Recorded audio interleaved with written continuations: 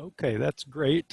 Next speaker is Dr. Gary Romano, who is the Chief Medical Officer of Passage Bio, and he's here today also to talk about Passage Bio's gene therapy program.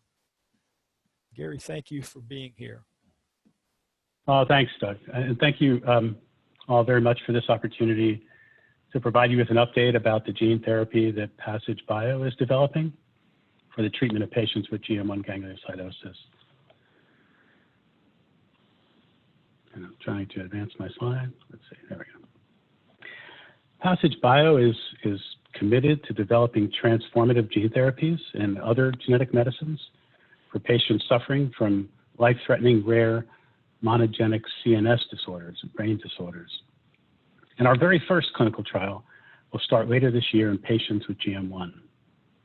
We work very closely with the University of Pennsylvania, both with their gene therapy program and the Orphan Disease Center, for example, on the GM1 natural history study that was just very nicely presented by Jill.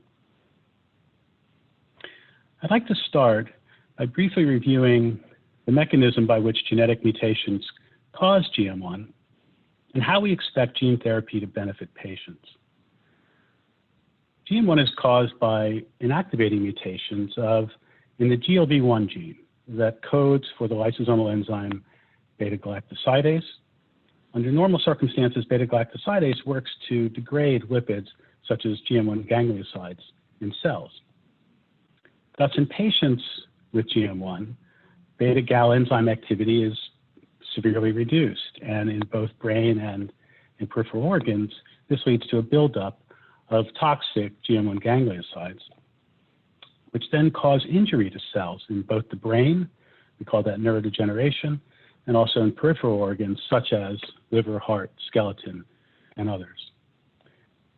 So the goal of gene therapy is to replace the defective gene with a new and functional GLB1 gene, and thereby restore beta-gal enzyme activity to levels that are consistent with good health and with normal development, further preventing additional injury to brain and peripheral organs, and ultimately restoring developmental potential and improving the quality of life for patients.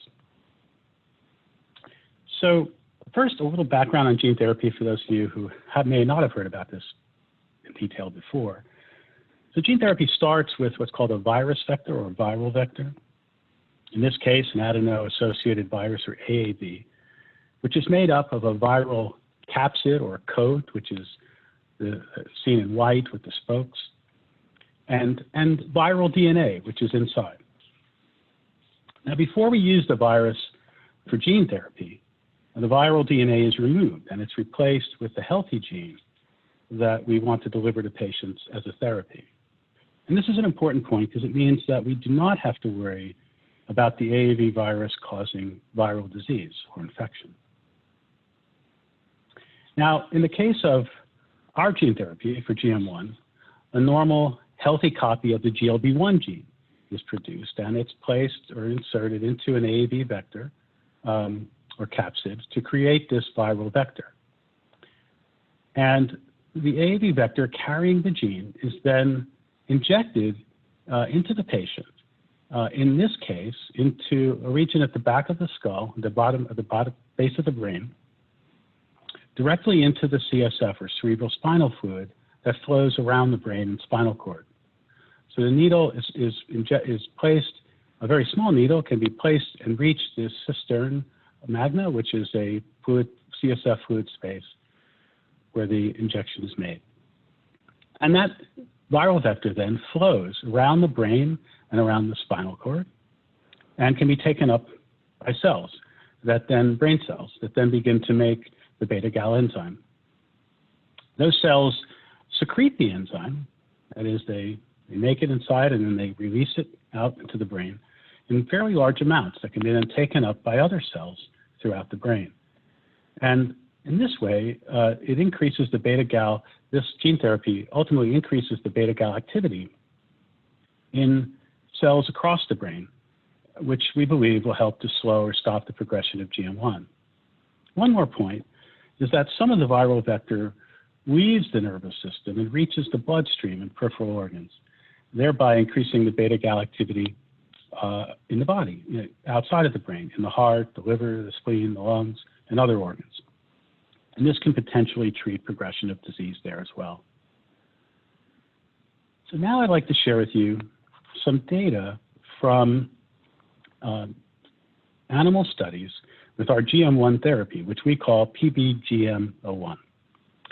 And these studies use what's called a knockout mouse model, which in this case is a mouse in which the GLB1 gene coding for the beta-gal enzyme has been knocked out or inactivated, thereby causing GM1 disease in the mouse. So it's a way of causing this disease, very similar looking disease to what we see in patients in a mouse, so we can study the disease.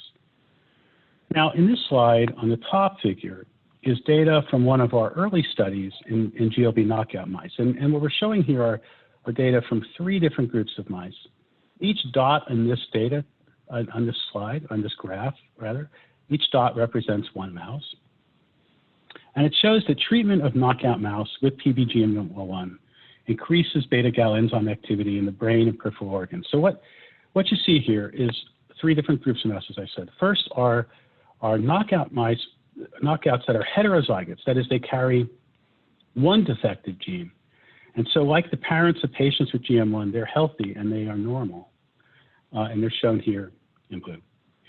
And we compare those to the homozygous knockout mouse, in which both copies of the gene are defective. And like the patients with GM1, they're not healthy. And they're shown here in red, and you can see they have lower beta-gal enzyme activity. And then finally in green, here you see the mice, the homozygous knockout mice that were treated with PBGM01, showing increased beta-gal activity, both in this case in both CSF, cerebrospinal fluid, and liver. And we had very similar results I'm not showing today, showing this in brain and in multiple other peripheral organs. Now in the lower panel here, we have, again, data from 3 different mice, but this time we're looking at photos of brain tissue, which are, in which we use LAMP1, which is a marker of lysosomal membrane distension. So it lights up cells pink in color when lysosomes are abnormally distended, as they are in GM1 with GM1 gangliosides. So in the left here, you have brain section from a heterozygote mouse. These are normal and healthy. And you see they have just very slight pink staining. But in the homozygous knockout mice, which are not healthy and resemble the patients, you see strong pink staining showing this lysosomal, distended lysosomes here in the brain. And then, importantly, on the far right, we have the mice that are homozygous knockouts that are treated with PBGM01. And in this case, the mice were treated after they had already reached an age where they had accumulated these deposits.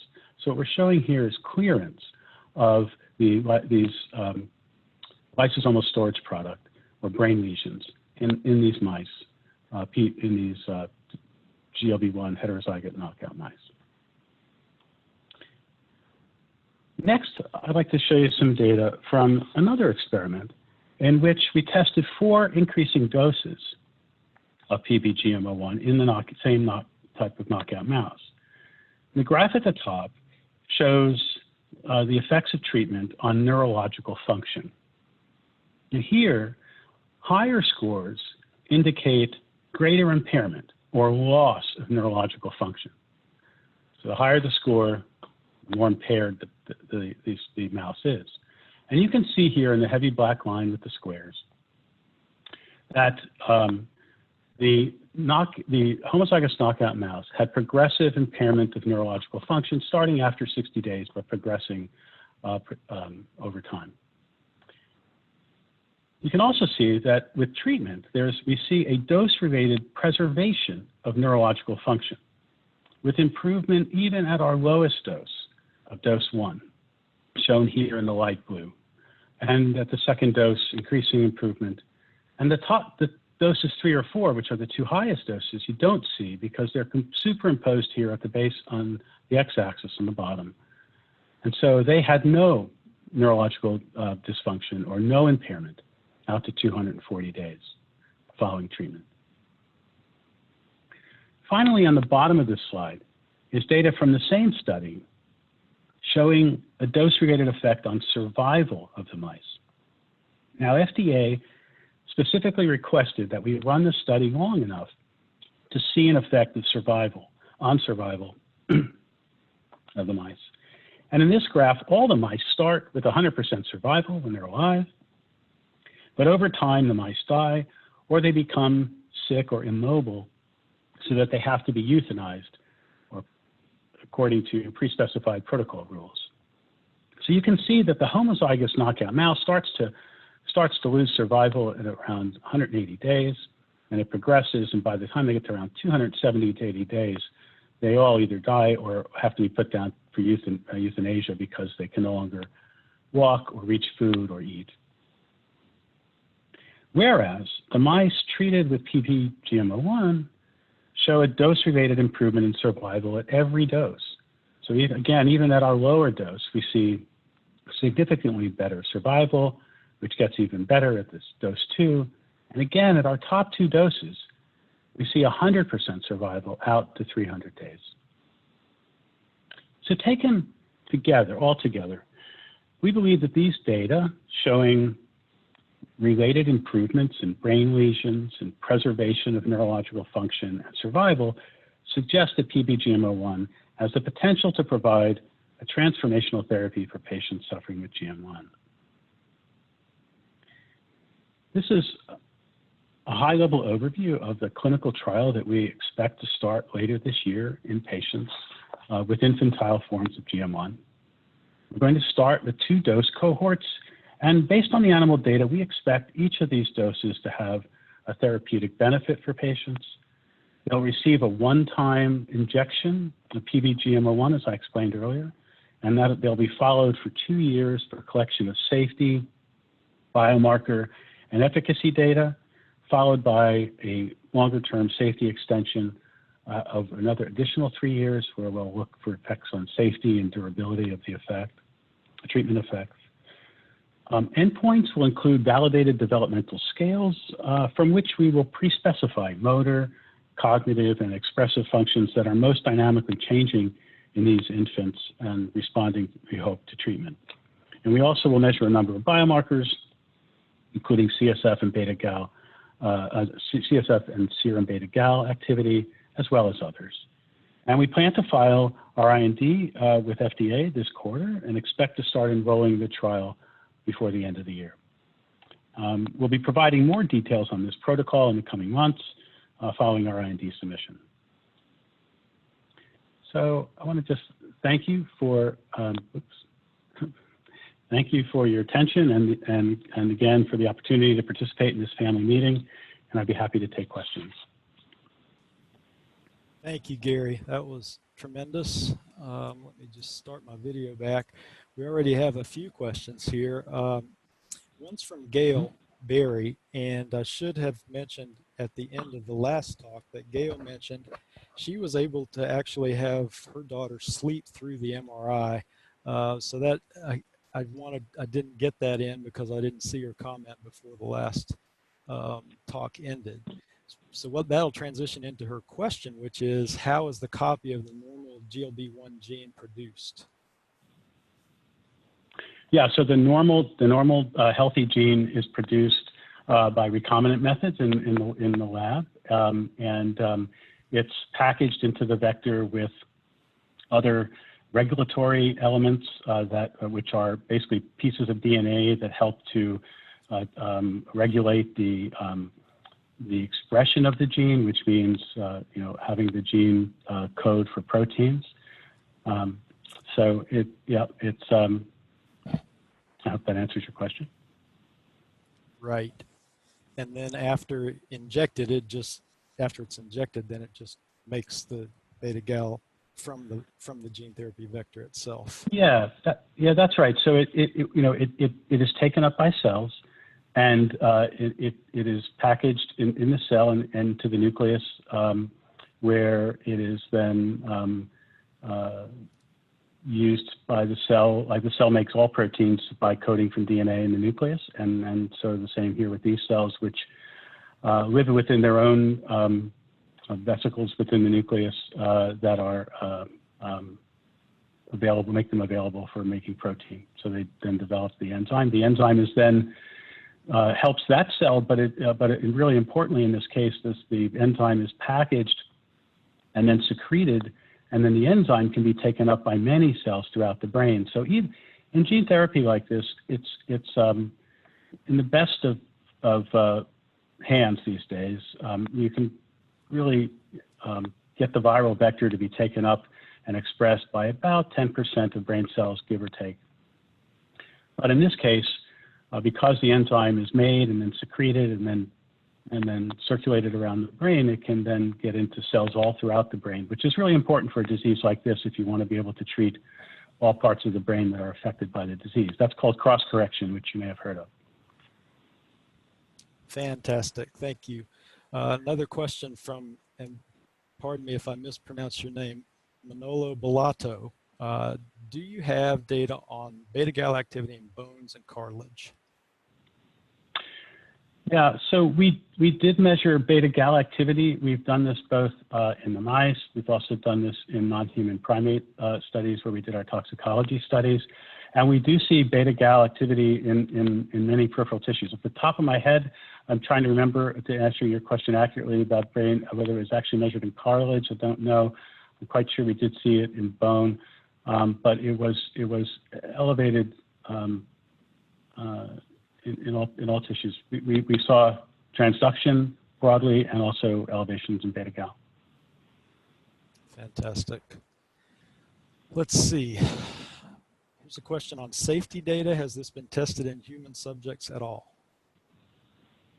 No, it hasn't yet been tested in human subjects. That will happen in what's called our first in human trial, which is our trial, which will begin later this year.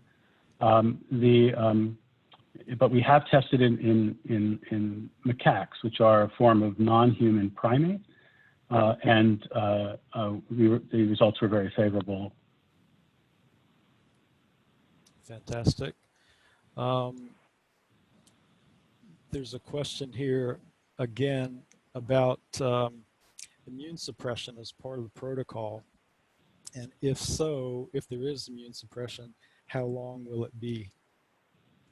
Yeah, so we're submitting this protocol currently to FDA and to the IRBs and ethics committees. So I can only tell you at this point that we are considering some immune suppression. If we do it, it will probably be relatively brief in the beginning of the study, followed by a taper. Great. How about this question? Have you compared this data with different delivery methods? Why cisterna magna and not IV? Yeah, thank you. That's a good question. Thanks for that. Our group and our collaborators at the University of Pennsylvania have done extensive work in non-human primates to look at the distribution, what we call the biodistribution of the vector, and the following different methods of delivery or routes of administration of the vector. So they've compared, for example, intravenous approaches to lumbar puncture, that's into the intrathecal space, but in the spine, at the base of the spine. They've compared that also to intraventricular, which means an infusion into the ventricles of the brain, for which you have to go put the needle through the brain, and the cisterna magna. And of all of these, we find that the best, our collaborators at the University of Pennsylvania have found that the biodistribution, that is the distribution of the vector across the brain, and the efficiency of the transduction, which means how much vector we see taken up by brain cells, is greatest when we go with the intracisterna magna injection. And it's also relatively safe. in that way, in that you don't have to go. In their hands, the closest results come from the intravesicular injection, but that requires putting the needle through brain, which has, in some instances, had some inflammatory reactions, so we don't feel it's safe. Okay, fantastic. And two related questions to what you were just discussing. First is the viral vector taken up uniformly in the brain? And secondly, a little more detailed, is the storage clearance in the deep brain structures as good as in the cortex, which was shown in the pictures? Give us an idea of biodistribution. It's a good question. And yeah, I can tell you that the distribution is really very broad in general. There aren't specific brain regions that are there's not really a measurable or significant difference across the brain. We see it across all brain regions, deep brain structures, cortex, and so forth. So yeah, that's it's broad. I can't remember the second part of the question. I think there was the second part of the question. Was the storage clearance as good in the deep brain structures like the thalamus as compared to the cortex, which you showed in the slide? Yeah, so where we measured storage, yes, we didn't measure storage clearance in every brain region, so I can't say that, but it was just as good in deep brain structures as it was peripherally, as was the Betagal expression. Okay, great. So for example, in cortex, hippocampus, and thalamus, for example, just as examples of different types of brain regions, they had equivalent enzyme. Okay, and kind of running out of time, but I think we need to have one more question from Mahira. Can you share the inclusion criteria for the trial? Yeah, so we're not releasing all the details of the protocol just yet. That will come following the IND submission, which will be soon. So I would say, shortly we should have much more information on the trial, which we'll be sharing through the patient advocacy teams and on clinicaltrials.gov, et cetera. So we're holding back a little bit on that because we want to agree with that with FDA and before we announce it. Okay, and two related questions, and then we'll have to move on. One is from Sarah, any side effects? And then another more detailed question that's related. Is there any evidence of dorsal root ganglia toxicity with this particular approach? Yep, good question. So yes, so the only toxicity we did see was the one that toxicity that we anticipated. We knew we would see it, and that's the dorsal root ganglia toxicity. And I say that because, again, work in the gene therapy program at Penn identified dorsal root ganglia toxicity some years ago as a platform issue for AAV vectors. In our understanding, it's not a vector specific, or that it's neither capsid nor transgene specific. We see it with all different gene therapies that are either administered directly to the brain or given by other routes at high enough level concentration so that it reaches the brain significant levels. So, and we did observe dorsal root ganglia toxicity in our tox study. I can tell you that it is a subset of dorsal root ganglia cells that degenerate. I can tell you that we saw no clinical manifestations in these non-human primates. By the way, it's not seen in the mouse, but it is seen in the primates. And in those primates, we conducted a detailed neurological exam. We didn't see any abnormalities there, but a neurological exam in a monkey is not the same as in a human, as we all know. We also observed these animals daily and looked at behaviors such as fine motor behavior to pick up a kernel of food, or balance, or gait, and we didn't find any changes. We also didn't see any other behavioral changes, and the veterinarians tell me that if these animals are unhappy or not feeling good or are frustrated, you can usually see it's very evident in their behavior. So we didn't see it in the animals. We're going to be monitoring in our study for this in a variety of ways, both with dedicated sensory exams and some nerve conduction studies. But based on the animals, we think if this is causing any problem, it's probably a relatively mild sensory dysfunction or sensory loss. And we think that given the benefit risk here, the potential benefit, and the in these children for which there's no other treatment, this is probably a favorable benefit risk to test these gene therapies in children. Outstanding. We'll be discussing that with FDA. But thanks. Yeah, thank you so much for answering all those questions. We had some great questions. We have 3 remaining really good questions, but we're going to have to move on. But the questions will be maintained or retained so we can answer those later. One of those I'd like to answer myself. But we'll move on. Thanks a lot, Gary. Thanks a lot. Fantastic. Thank you. Okay, we will move on to